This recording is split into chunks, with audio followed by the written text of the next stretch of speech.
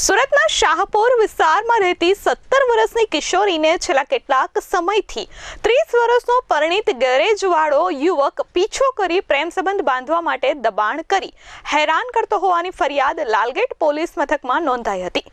કિશોરીએ પ્રેમ સંબંધનો ઇનકાર કરતા ગળા પર ચપ્પુ મૂકી ધમકી આપી હતી, જેથી પોલીસ ફરિયાદ નોંધાતા પોલીસે આરોપી યુવકની ધરપકડ કરી છે। પોલીસે પરવેઝ ઉર્ફે મોહમ્મદ મોઇન આરિફની ધરપકડ કરી છે। પકડાયેલ આરોપી પરિણીત છે અને ગેરેજ ચલાવે છે। પરવેઝે છેલ્લા 2 વર્ષથી કિશોરી પર દાનત બગાડી હતી।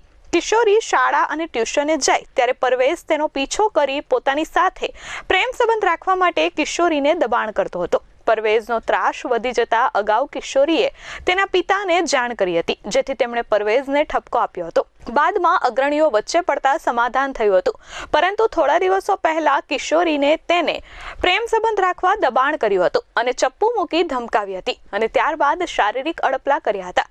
આ મામલે કિશોરીના પિતાએ લાલગેટ પોલીસ મથકમાં ફરિયાદ નોંધાવી હતી, જે ફરિયાદના આધારે પોલીસે આરોપી પરવેઝની ધરપકડ કરી કાયદેસરની કાર્યવાહી હાથ ધરી છે।